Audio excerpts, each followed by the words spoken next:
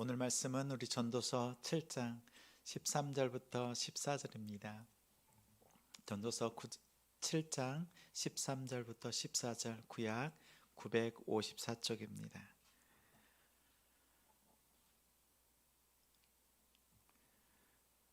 우리 13절부터 14절까지 우리 합독하여 드리겠습니다. 13절 하나님께서 행하시는 일을 보라. 하나님께서 굽게 하신 것을 누가 능히 곧게 하겠느냐. 형통한 날에는 기뻐하고 공고한 날에는 되돌아보아라. 이 두 가지를 하나님이 병행하게 하사 사람이 그의 장래일을 능히 헤아려 알지 못하게 하셨느니라. 아멘. 하나님의 선물, 형통과 곤고한 날. 하나님의 선물, 형통과 공고한 날이란 제목으로 말씀 전하겠습니다. 우리 오늘 시간 하나님께 나와 예배드리는 우리 믿음의 성도들을 주님의 이름으로 사랑하고 축복합니다. 요즘 기상청이 오보청이라고 하는 불명예를 얻었습니다. 지난주에 얼마 전에 짧은 시간에 내린 폭설로 인해서 출퇴근 대란이 일어났습니다. 그리고 그 후로 며칠이 안 되어서 폭설을 예보했습니다. 그런데 이번에는 눈이 별로 오질 않았습니다. 슈퍼컴퓨터와 또 여러 가지 과학 기술을 가지고 또 많이 발달했지만 날씨를 맞추는 일이, 정확하게 맞추는 일이 여간 어려운 일이 아닙니다. 이것은 하늘이 주관하는 일이기 때문입니다. 이런 이야기가 있습니다. 옛날에 우산 장사와 집신 장사를 하는 형제를 둔 어머니가 있었습니다. 이 어머니는 날마다, 또 날이면 날마다 걱정이 끊이질 않습니다. 해가 떠서 맑은 날이면 우산을 파는 큰 아들이 장사를 못할까봐, 망칠까봐 걱정을 했습니다. 또 비가 와서 흐린 날이면 집신을 파는 작은 아들의 장사가 안 될까봐, 장사가 망칠까봐 걱정했습니다. 그야말로 해가 뜨나 비가 오나 온통 아들 걱정에 한숨이 저절로 나왔습니다. 그러던 어느 날 지나가던 한 사람이 이렇게 한마디 합니다. 전혀 걱정할 것이 없습니다. 이렇게 말합니다. 맑은 날에는 집신이 잘 팔려서 작은 아들이 좋고, 또 비 오는 날, 흐린 날에는 우산이 잘 팔려서 큰 아들이 좋으니 맑은 날에도 좋고 또 흐린 날에도 좋으니 모두 좋은 것이 아닙니까?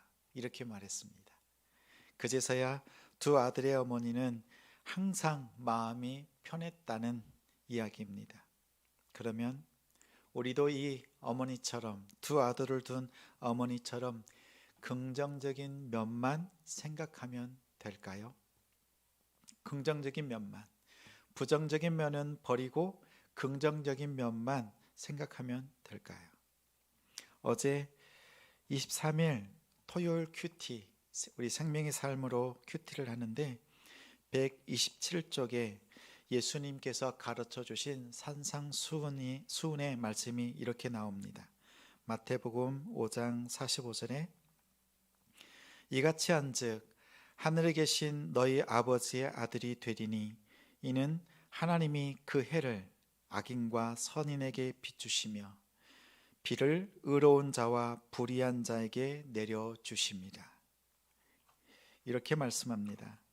하나님이 차별하지 않고 모든 사람에게 해와 비를 내려주시는 것처럼 예수님의 제자들은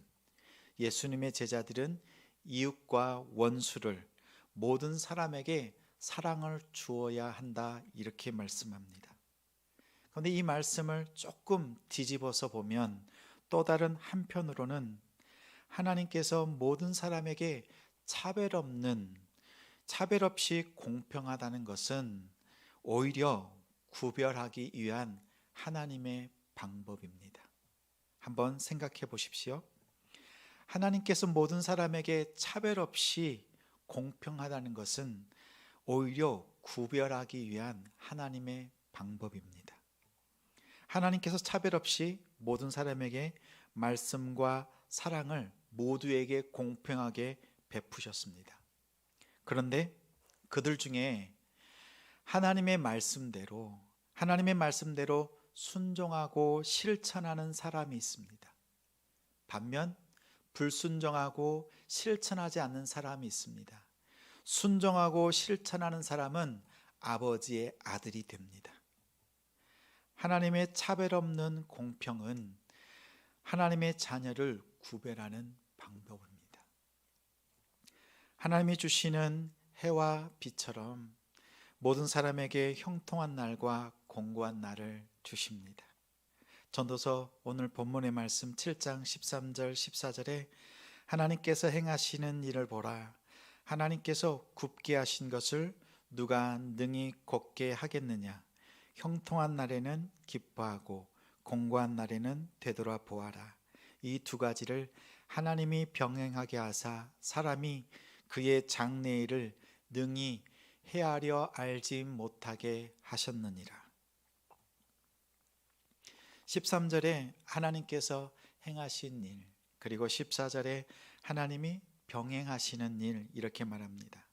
하나님께서 하신 일인데 형통한 날과 곤고한 날을 우리 인생이 알 수 없습니다. 긍정을 선택하고 부정을 선택하는 그런 문제가 아닙니다. 형통한 날과 곤고한 날이 어떻게 다가올지를 우리는 알 수 없습니다. 해 아래 있는 사람으로서는 이해할 수 없습니다. 헤아릴 수 없습니다. 그리고 상상할 수도 없습니다. 그런데 성경은 이것이 하나님의 선물이라고 말합니다. 전도서 2장 24절에 사람이 먹고 마시며 수고하는 것보다 그 마음을 더 기쁘게 하는 것은 없나니 내가 이것도 본즉 하나님의 손에서 나오는 것이로다. 하나님의 손에서 나오는 것이라고 말합니다. 3장 10절에는 하나님이 인생들에게 노고를 주사 애쓰게 하신 것을 내가 보았노라. 하나님께서 주셔서 애쓰게 하신 것, 하나님이 주신 것입니다. 3장 13절에는 사람마다 먹고 마시는 것과 수고하는 것으로 낙을 누리는 그것이 하나님의 선물인 줄도 또한 알았도다. 하나님의 선물입니다.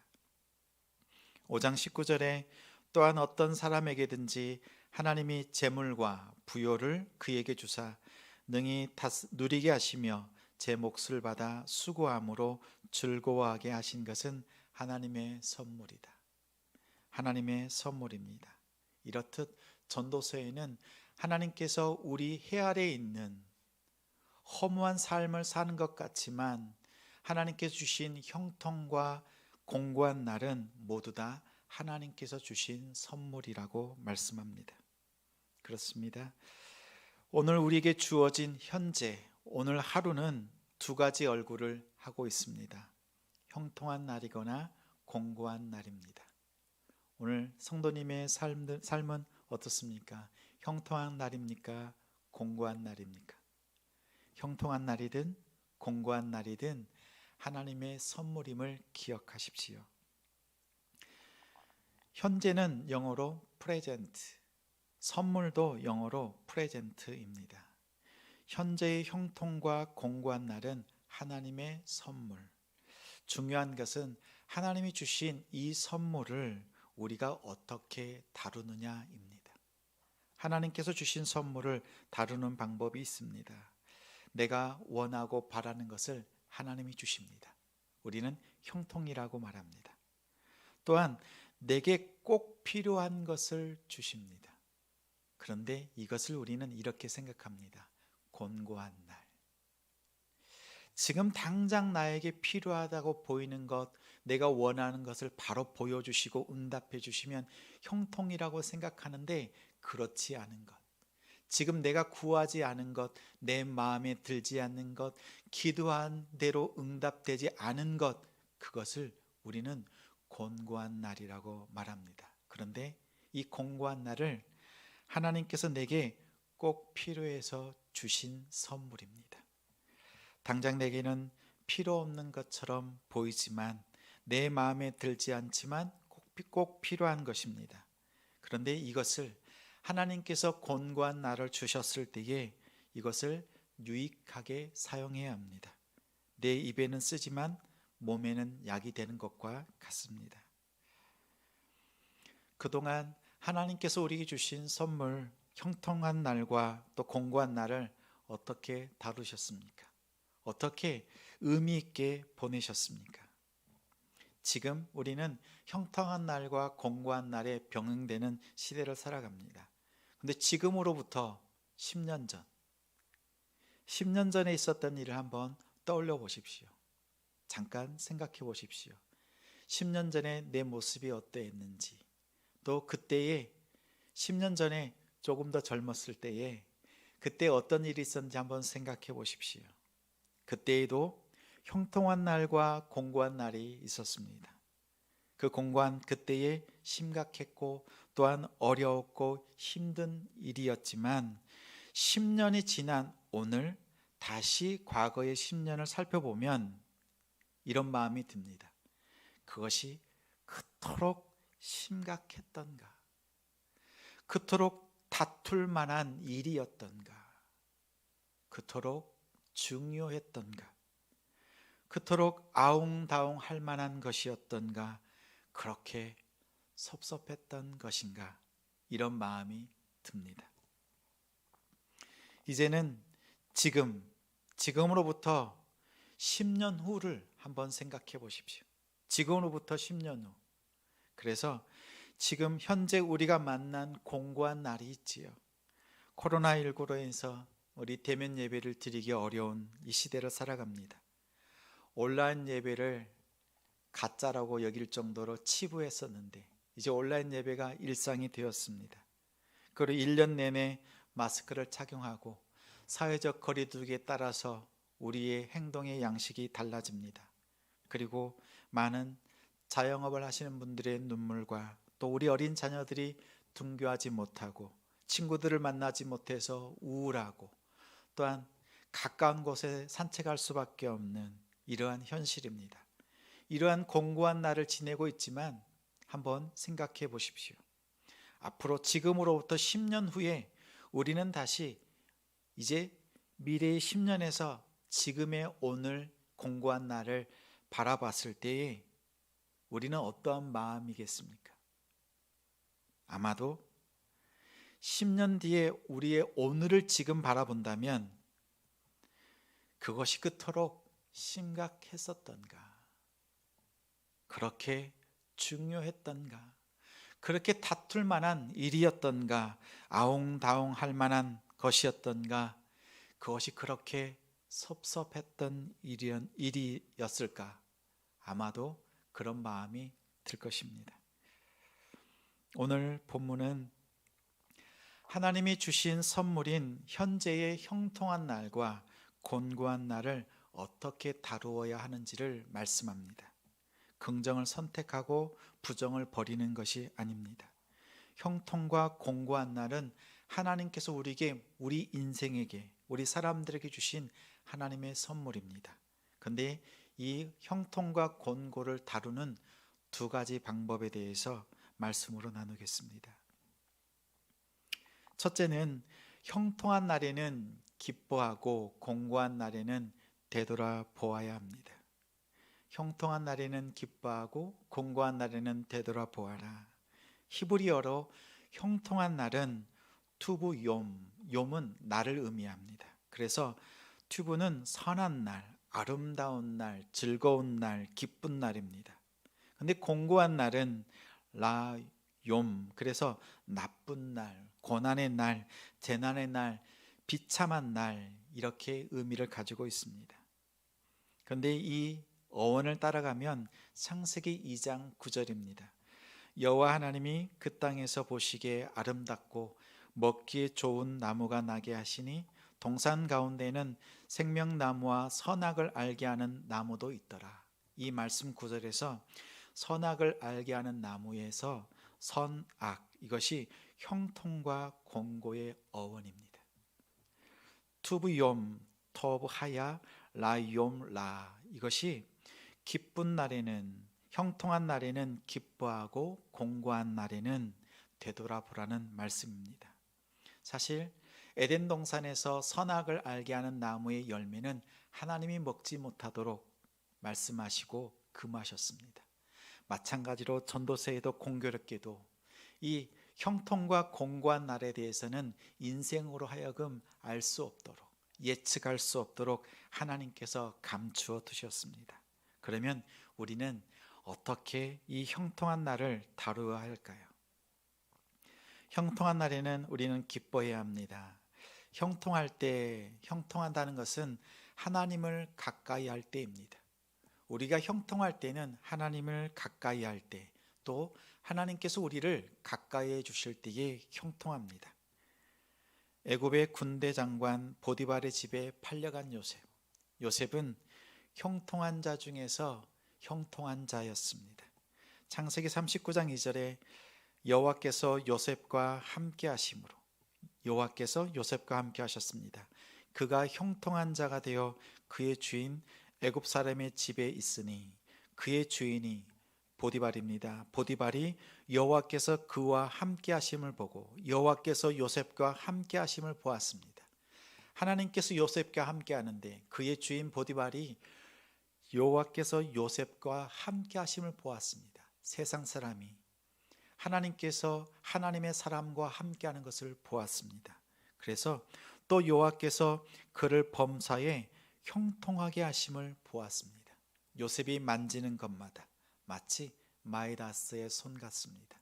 만지는 것마다 금덩이가 되었던 것처럼 요셉이 손대는 것마다 하는 일들마다 하나님께서 형통케 하셨습니다. 비결은 하나님께서 요셉과 함께 해주시는 데 있습니다. 그래서 이 보디발은 하나님이 함께 하시는 요셉에게 모든 것을 맡겼습니다. 또한 모세는 하나님의 부르심으로 여호수아를 떠났습니다. 노년에 120살이 되어서 여호수아를 떠났지만 떠나지 않는 분이 한 분 계셨습니다. 하나님께서 여호수아와 함께 하셨습니다. 여호수아서 1장 8절 9절에 이 율법책을 내 입에서 떠나지 말게 하며 주야로 그것을 묵상하여 그 안에 기록된 대로 다 지켜 행하라. 그리하면 내 길이 평탄하게 될 것이며 내가 형통하리라. 내가 내게 명령한 것이 아니냐. 강하고 담대하라. 두려워하지 말며 놀라지 말라. 강하고 담대하라. 두려워하지 말며 놀라지 말라. 강, 담, 두, 놀. 내가 어디로 가든지 내 하나님 여호와가 너와 함께 하느니라. 하나님께서 여호수아와 함께 해 주셨습니다. 가나안 땅을 정복할 때에 하나님께서 여호수아 장군과 함께 해 주실 때에 여호수아는 그 길이 평탄했습니다. 형통했습니다. 가는 곳마다 문제가 있었지만 하나님께서 그 문제를 해결해 주셨고, 하나님께서 앞장서서 싸워 주셨고, 하나님께서 여호수아의 싸움이 아니라 하나님의 싸움으로 만들어 주셨고 승리케 하셨습니다. 하나님께서 함께 하실 때의 형통입니다. 특히 작년과 올해는 형통의 그 의미가 새롭게 다가옵니다. 얼마 전까지만 해도 형통이라고 하면 막혔던 일이 좀 풀리고 깨어졌던 사랑이 회복되고 그리고 무너진 관계가 새롭게 되어지는 것, 이런 것을 형통이라고 우리는 생각했습니다. 그런데 이제 형통은 우리가 일상을 누리는 것, 일상을 누리는 것이란 그것이 형통이라는 것이 우리가 여실히 느끼고 있습니다. 하나님께서 우리와 함께 하셔서 하나님이 주시는 샬롬을 누리는 것, 이것이 큰 형통입니다. 우리 옆에 있는 우리 지체들과 우리 이렇게 인사 나눕니다. 또 우리 가정에 있는 우리 가족들과 이렇게 나눕니다. 샬롬, 샬롬. 하나님이 주시는, 하나님이 함께 하실 때 주시는 그 평안을 누리는 우리가 되기를 소망합니다. 샬롬의 소중함을 느끼는 때입니다. 일상의 기쁨을 누리십시오. 자녀를 만나는 것, 친구를 만나는 것, 가족을 만나는 것, 등교하는 것, 여러 가지 일들이 막혀 있지만 하나님께서는 이 막힌 문제들을 푸셔서 형통으로 샬롬으로 인도해 주실 것입니다. 우리와 함께 하셔서 형통케 하시는 하나님을 기뻐하십시오. 하나님이 주시는 형통의 날들을 누리시는 복된 가정이 되기를 바랍니다. 또 공고한 날에는 우린 되돌아 보아야 합니다. 가장 공고할 때가 언제입니까?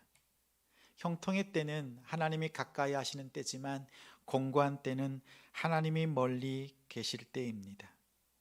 다윗 왕이 가장 공고했던 때가 있습니다. 인생의 밑바닥을 경험한 때. 그때는 거대한 골리앗 앞에서, 그 골리앗 앞에서 서 있을 때가 아니었습니다. 다윗을 시기하였던 사울 왕이 다윗을 죽이기 위해서 그렇게 쫓아오고 쫓아왔던 그 위기의 순간이 공고한 때가 아니었습니다. 아들 압살롬, 가장 사랑했던 아들이 자신을 죽이려고 쫓아왔고 많은 사람들이 다윗을 저주하고 떠날 그때에 왕권을 빼앗기는 위기도 공고한 날이 아니었습니다. 오히려 가장 평온한 것처럼 보일 때에 왕궁의 옥상을 거닐다가 우리아의 아내 밧세바를 보고 간음했을 때입니다. 겉으로는 평온했으나 속으로는 가장 공고한 날이었습니다. 이때에 나단 선지자가 다윗이 지었던 은밀하게 지은 이 죄를 많은 백성들 앞에서, 신하들 앞에서 고발합니다. 그때 다윗은 눈물로 회개했습니다. 하나님과 멀어져 있는 자신을 발견하고 하나님을 향하여서 마음을 찢어 눈물로 회개했습니다. 회개했던 그 회개가 시편 51편입니다. 그 중에서 51편 9절부터 12절 말씀 읽어드리겠습니다. 주의 얼굴을 내 죄에서 돌이키시고 내 모든 죄악을 지워주소서. 하나님이여, 내 속에 정한 마음을 창조하시고 내 안에 정직한 영을 새롭게 하소서. 나를 주 앞에서 쫓아내지 마시며 주의 성령을 내게서 거두지 마소서.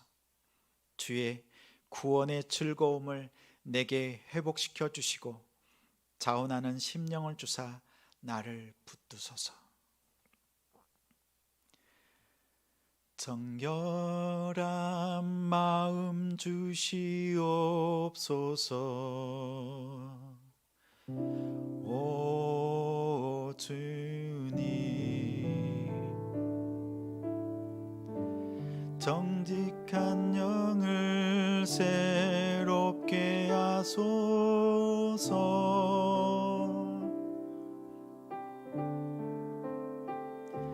나를 주님 앞에서 멀리하지 마시고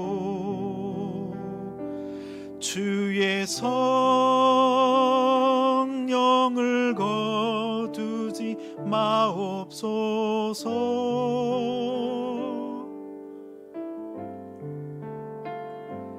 그 구원의 기쁨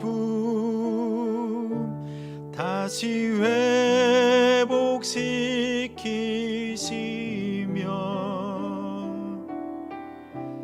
변치 않는 맘 내 안에 주소서.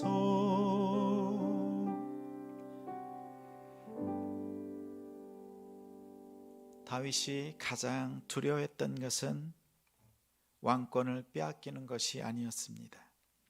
죄로 인해서 구원의 기쁨, 그 즐거움을 빼앗기는 것을 두려워했습니다. 죄로 인해서 하나님과 멀어지는 것을 두려워했습니다. 우리의 공고한 날은 다른 데 있지 않습니다. 하나님과 멀어진 나 자신을 발견했을 때 돌아보십시오. 하나님과의 그 첫사랑이 언제 끊어졌는지 떨어졌는지 살펴보고 그 죄의 문제를 끊고 하나님 앞에 나오십시오. 우리가 돌아봐야 될 곤고한 날입니다. 두 번째는 이 형통한 날과 곤고한 날을 돌아보는 두 번째 방법이 있습니다. 어쩌면 한 차원 높은 믿음의 단계라 할 수 있습니다. 우리 14절 말씀 함께 읽습니다. 형통한 날에는 되돌아보고 공고한 날에는 기뻐하라. 오늘 본문의 말씀을 제가 조금 바꾸었습니다. 제가 좀 잘 아는 사모님이 있습니다. 2013년에 성경 필사 일독을 목표로 열심히 말씀을 기록하던 중에 저에게 이렇게 말합니다. 여보, 이 말씀을 좀 읽어보세요. 펼쳐준 말씀이 오늘 본문 우리 전도서 7장 14절이었습니다. 형통한 날에는 기뻐하고 공고한 날에는 되돌아보아라 인데 이렇게 말합니다. 이 말씀을 뒤집어서 읽어도 말이 됩니다. 이 말씀을 뒤집어서 읽어도 말씀이 됩니다. 형통한 날에는 기뻐하라가 아니라 형통한 날에는 되돌아보고 공고한 날에는 기뻐하라. 이렇게 읽어내는데 순간 정수리로부터 발끝까지 감전되었습니다. 형통한 날에 기뻐할 수 있는 것, 곤고한 날에 돌아보는 것, 그것도 큰 은혜이지만 형통한 날에 되돌아보고 곤고한 날을 기뻐한다. 형통한 날을 되돌아보고 곤고한 날을 기뻐한다는 것은 실로 더 큰 믿음이자 더 큰 은혜라고 다가왔습니다. 그날부터 사모님이 새롭게 보였습니다. 솔로몬보다 더 지혜로운 현숙한 여인이 제 옆에 있었습니다. 지금 한 가지 바람이 있다면 그 사모님이 그 당시에 현숙한 여인으로 돌아갔으면 하는 바람입니다. 형통한 날에 되돌아보았던 믿음의 사람이 있습니다. 기뻐하기도 하지만 형통한 날에 되돌아보았던 믿음의 사람, 그 사람은 바로 욥입니다. 욥기 1장 1절에 욥은 우스 땅에 욥이라 불리는 사람이 있었는데 그 사람은 온전하고 정직하여 하나님을 경외하며 악에서 떠난 자였습니다. 그리고 그에게는 아들 7과 딸 3, 그리고 우양이 많았습니다. 그리고 낙이, 암낙이, 여러 가지 재물이 많았습니다. 종들이 많았습니다. 그리고 자녀들이 생일 때마다 온 형제들이 함께 모여서 잔치를 베풀었습니다. 그때에 욥기 1장 5절에 욥을 이렇게 말합니다. 자녀들이 차례대로 잔치를 끝내면 욥이 그들을 불러다가 정결하게 하되 아침에 일어나서 그들의 명수대로 번제를 드렸으니 이는 욥이 말하기를 혹시 내 아들들이 죄를 범하여 마음으로 하나님을 욕되게 하였을까 함이라. 욥의 행위가 항상 이러하였더라. 지금 하나님께서 많은 재물을 주셔서 형통합니다. 자녀들도 풍성합니다. 많은 것들을 누리고 있습니다. 그때의 욥은 형통을 기뻐하면서도 되돌아봅니다.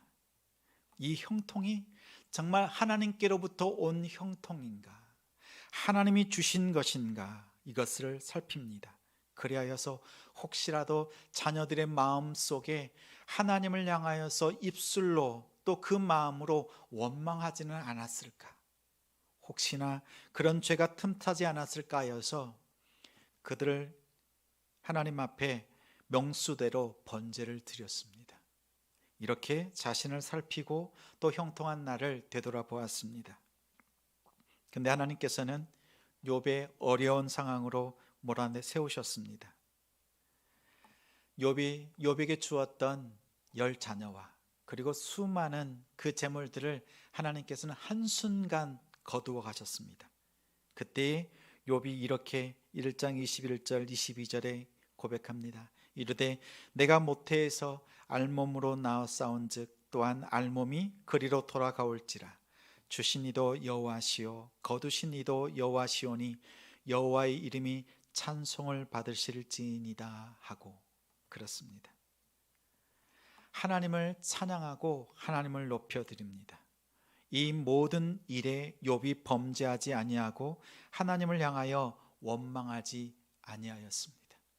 하나님이 형통케 하시거나 하나님이 거두어 가실 때에도 오직 하나님의 뜻을 구하고 하나님을 높여드렸습니다. 하나님께서 가장 좋아하시는 신앙의 믿음의 모습입니다. 형통도 하나님, 불통을 주신 하나님, 그것도 하나님의 은혜라고 고백하는 것. 성경은 이렇게 말합니다. 이런 믿음을 세상이 감당하지 못하는 믿음이다, 이렇게 말씀합니다. 우리 형제들에게 또 남자들에게 있어서 가장 공고한 날이 있다면 군생활일 것입니다. 가장 피하고 싶고 안 가고 싶다면 가고 싶지 않은 그 시간입니다. 저는 고등학교 3학년 때에 국가기관산업체에 입사를 했습니다. 5년을 일하면 군생활을 면제해주는 특례 제도가 있었습니다. 감사하게도 기도한 대로 입사를 했지만 88년에 민주화운동이 막 일어났습니다. 일어나더니 국가기관산업체의 이 특례 제도가 부당한 특혜라고 지적이 되어서 극소수의 인원만 혜택을 받았습니다. 약 140명의 입사 동기들이 있었지만 그 중에서 손에 꼽을 정도로만 특례를 받았습니다. 바로 위에 선배들까지는 100% 특례, 사실 특례를 바라보고 왔거든요. 그런데 제 차례가 딱 되자 모두 다 군대를 가야 되는 상황입니다. 이 상황에 기도가 필요했습니다. 그래서 기도하는 우리 어머니 권사님께 전화를 했습니다. 어머니, 기도해 주십시오. 특례가 아주 조금밖에 되지 않습니다. 기도해 주십시오 라고 했습니다. 그런데 한 달 뒤에 입영 통지서가 날아왔습니다. 하나님은 저의 기도에, 어머니의 기도에 응답해 주지 않으셨습니다. 5개월 뒤에 논산 훈련소로 떠나는 마지막 시간에 같이 예배를 드립니다. 예배를 드릴 때에 어머니 권사님께서 이 말씀을 읽어주셨습니다. 마태복음 5장 16절에 이같이 너희 빛이 사람 앞에 비치게 하여 그들로 너희 착한 행실을 보고 하늘에 계신 너희 아버지께 영광을 돌리게 하라. 이 말씀을 읽어주시더니 이렇게 말씀합니다. 아들, 내가 6개월 전에 군 특례를 위해서 중보기도 요청하지 않았니? 네, 그렇게 부탁드렸지요. 그러면 엄마가 어떻게 기도했는지 한번 물어봐 주렴. 그래서 이렇게 여쭈었습니다. 네, 어떻게 기도하셨습니까? 어머니께서 말씀하셨습니다. 하나님, 일할 수 없는 남편, 그리고 대학 공부 중인 둘째, 또 고등학교 다니고 있는 막내가 있습니다. 지금 우리 가정의 형편을 누구보다도 우리 하나님께서 잘 아시지요? 그러나 만약 아들, 큰아들이 군대에 가서 더 큰 믿음의 사람이 된다면 차라리 군대를 보내주십시오. 순간 저는 배신감이 느껴졌습니다.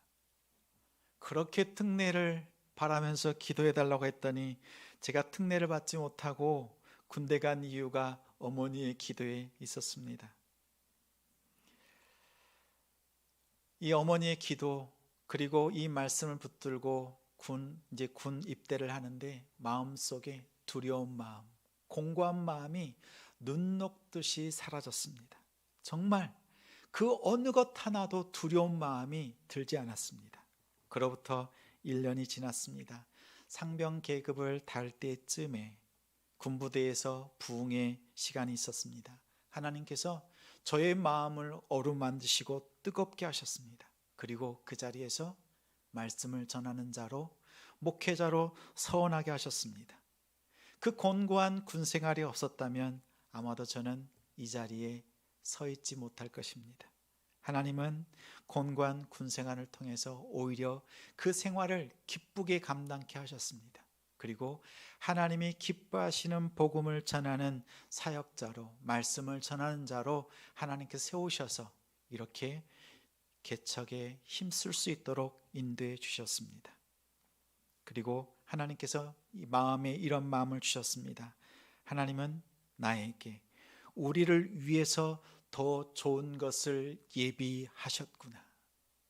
하나님께서 형통한 날을 주시기도 하고 공고한 날을 주시기도 하는데, 이 모든 것은 하나님께서 더 좋은 것을 주시기 위해서 우리에게 부어주시는 선물이라는 것을 깨달았습니다.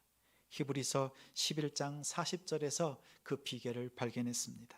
이는 하나님이 우리를 위하여 더 좋은 것을 예비하셨은즉 우리가 아니면 그들로 온전함을 이루지 못하게 하려 하심이라. 이러므로 우리가 구름같이 둘러싼 허다한 증인들이 있으니 모든 무거운 것과 얽매이기 쉬운 죄를 벗어버리고 인내로서 우리 앞에 당한 경주를 하며 믿음의 주요 또 온전하게 하시는 이인 예수를 바라보자. 이는 그 앞에 있는 기쁨을 위하여 십자가를 참으사 부끄러움을 개의치 아니하시더니 하나님 보좌 우편에 앉으셨느니라. 그렇습니다.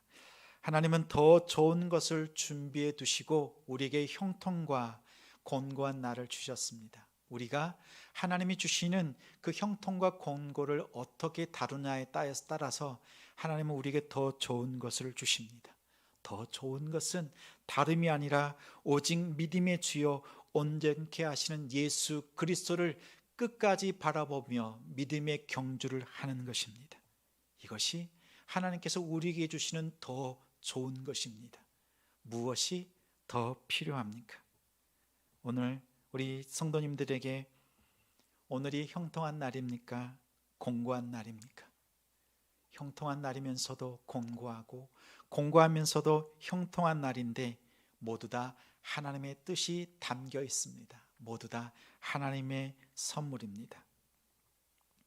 하나님의 선물, 형통과 공고한 날에는 두 가지 기억하십시오. 첫째, 형통한 날에는 기뻐하고 공고한 날에는 되돌아보십시오. 둘째, 더 큰 믿음으로 선포하며 기도하며 나아가십시오. 형통한 날에는 오히려 되돌아보고 공고한 날에 오히려 더 크게 기뻐하십시오. 하나님께서 우리에게 주시는 이 형통과 곤고를 선물로 받아 아름답게 사용하는, 그리고 하나님의 뜻 가운데서 순종하는 우리 믿음의 가정들이 되기를 예수님의 이름으로 축복합니다.